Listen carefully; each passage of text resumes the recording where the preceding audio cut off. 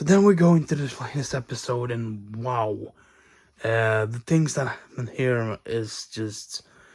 I'm just gonna go briefly, just not too much, but I just watched it, so there's plenty more that we see of going into this. That we see more of the tension keeps going between like everyone, really. Like it's just absolutely crazy.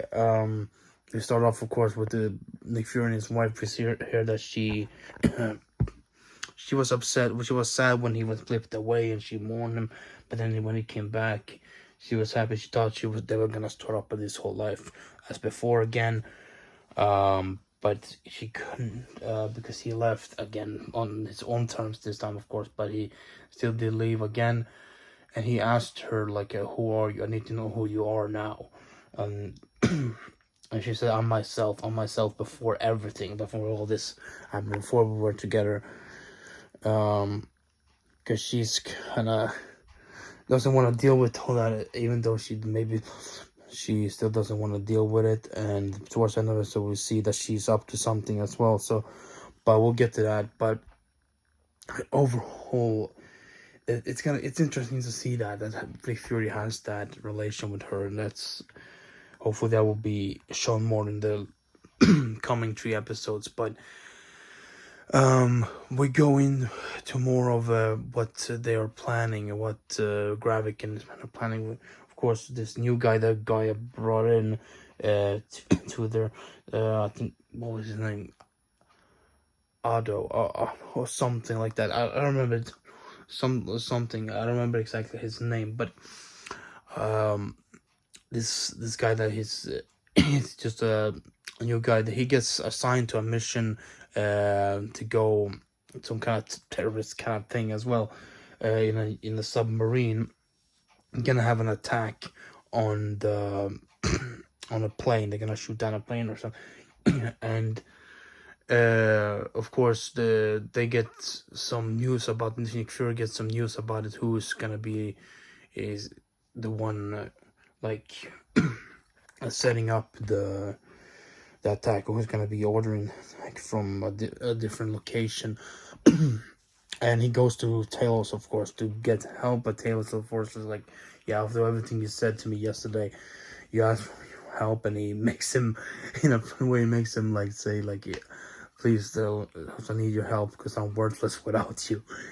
And that was pretty interesting and funny to see Nick Fury say that. But it just shows how the situation overall, how tension is, and how much was it like crazy situation that Nick Fury is in, of course. And they both go off and going to find this person. He gets help from the lady, of course, that, as I mentioned earlier, he gets help from her a little bit, for she has something to tell where he is.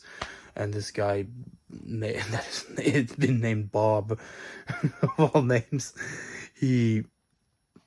they find his house, but before that we have this fun scene in the car with Talos and Nick Fury when they go off against each other, and who really helped who and all that stuff. And I just love the banter between the two. Just love how they go off of each other, and Ben Mendelsohn and Samuel L. Jackson just do such a great job with that. But anyways, they go in there. Talos goes in first, but he gets kind of grabbed and captured by this Bob guy and this girl, and he kind of pretends to be, or he like tells, I guess he tells maybe Talos, or does it himself maybe, or says that himself. I don't know. Either way, Fury hears like Talos was saying Nick, and he knows like, yeah, nobody calls him Nick, and he knows that that's not really that's not really Talos doing that. There's something is wrong, so he grabs this Bob's kid.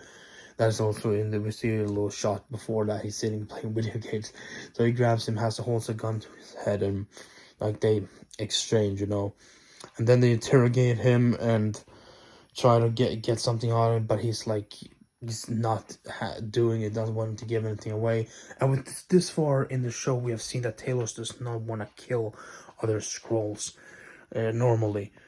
But we've seen in this episode especially that it's so much different. And there's another scene that happens before this I'll get to later, but afterwards. But let's this when people mention Gaia, when people mention Gaia in a bad way towards him, that's when he goes really angry, and that's when that crosses the line, and we see him for the first time really pretty much kill a Skrull in that like intense, except for, well, of course, he kind of does it in the first episode with the one that impersonates Ross, but he like shoots the guy in the chest pretty much and kills him. Then he calls up Guy instead and asks her if she can find the password, the passcode, so he can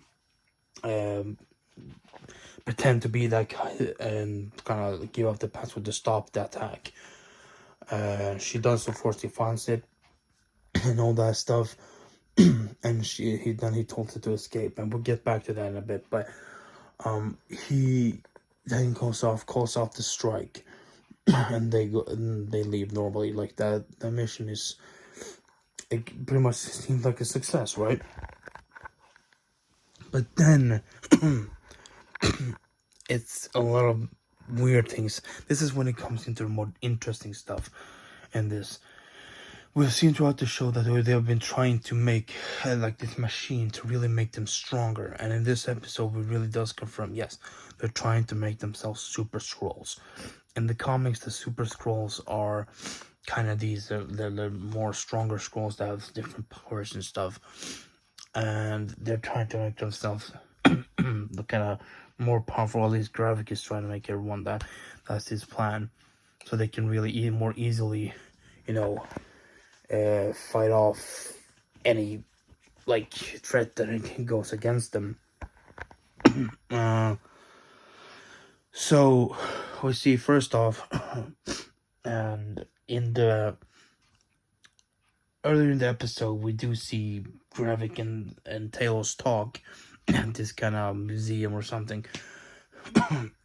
And they have a meeting, and this is where we first time see Talos really angry more at Guy, because he after a while, when they have this conversation, Gravik kind of makes this comment about Gaia. I don't remember exactly what he said, but like he can bring her back in a coffin. You're lucky he's lucky that he hasn't brought her back in a body bag or something to him, or something like that. And he takes this knife and stabs him in the hand with it, like kind of choking him out. Before that, we did see like that scene from the trailers as well, with all the other Skrulls around, like stand up, and they all look like Gravik. But this happens after that, and that's the first time I see him that. But that's not the main point, which is still cool from him. But yeah, that's pretty decent. But Tails walks off, and then we see Gravik kind of heal himself.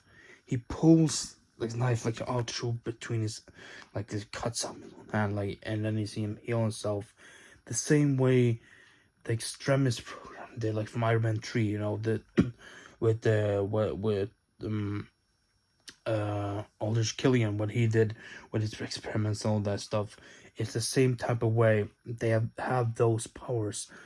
He's given himself that power. That's gonna be part of the Super Skrull powers as well. They can heal themselves that way now. And that's why this way looks, that's very, very interesting and very cool to see, because this sets up plenty of stuff as well, because they have many different powers and different sources of powers, like cosmic powers as well, from different things we have seen in the past as well, in many different ways. This means the final scene, one of the final scenes in this episode, is when Guy is trying to escape on a motorcycle. She gets stopped by Gravik in the middle of the woods. She tries to explain it away, but he doesn't believe her, and she knows that she's a traitor. He said that no, the mission was a success. This was very good to see who the traitor is. So maybe that was the plan all along, to have it stopped, or maybe just he sees this as a still a blessing in disguise. Maybe, I don't know exactly, but he tells her to turn around so he can shoot her like that, but she doesn't want to. She stays defiant, and he kind of has this kind of saying like, or are you our leader, or your worst enemy, or something like that. I don't exactly, but he brings out, takes out a gun, and like, yeah, spoilers, he shoots her. He shoots her right in the chest, and it looks like she's dead. Like, she turns back to her like scroll form and everything. But this is where it gets interesting though, because as many have also pointed out, surely have seen, she definitely is not dead. I don't think so, because obviously, because there's plenty of more footage we've seen in trailers that have not been shown yet, so obviously she probably wouldn't be dead. But also because she probably has already taken some of those super scroll powers and made herself more powerful before she escaped, probably, or somewhere there, because um there could be the possibility already that she has taken those powers, and that she will just be healing herself, and this is just a front, kinda, that she's just playing it so she can get away from Gravik. And she'll be back maybe not directly in the next episode, but by the end, maybe the next afterwards, maybe episode 5 or 6. But she is not dead, as she will be healing. She can heal herself, and she can just get going, because we know the extremists, they all heal themselves all the time. They could like remake their limbs and everything, as long as the heart is not damaged of the person who has the abilities. They can just regenerate everything pretty much. So I'm pretty sure that that's how they have set this up, and that's why she's gonna become Abigail Brand, actually, the comic the comic book character Abigail Brand, who's like a half human, half alien, kind of in the comics, who runs the sword base and everything, and she has those kind of healing powers and fire powers, and that, I think, probably it's been rumored a lot that that's gonna be Emilia Clarke's like final character. That's gonna be the set character for her, not just Gaia, pale as a star, but that's gonna be the one going forward. And it looks like that's probably what they're going for here with the extremist powers. Maybe she can. That's pretty much close to what Abigail Brand's powers are in the comics. Of course, she's not a scroll in the comics, but still, that's just a thing to change around for this. But that could be a good way to do that, and I'm pretty sure that's what they're going for. And we'll see her come back, because it wouldn't make sense to really kill her off first off. That would be kind of dumb. But yeah, but just to be sure, guys, she's not dead. Pretty sure she's not dead, and she will be coming back.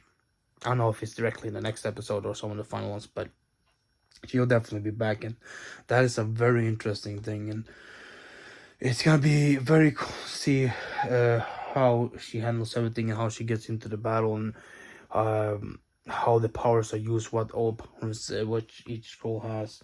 Like, if it's just Gravik who has the most, or if some others too. It's gonna be very interesting to see. This show so far has been full of twists and turns, and I'm definitely enjoying it so far. So yeah,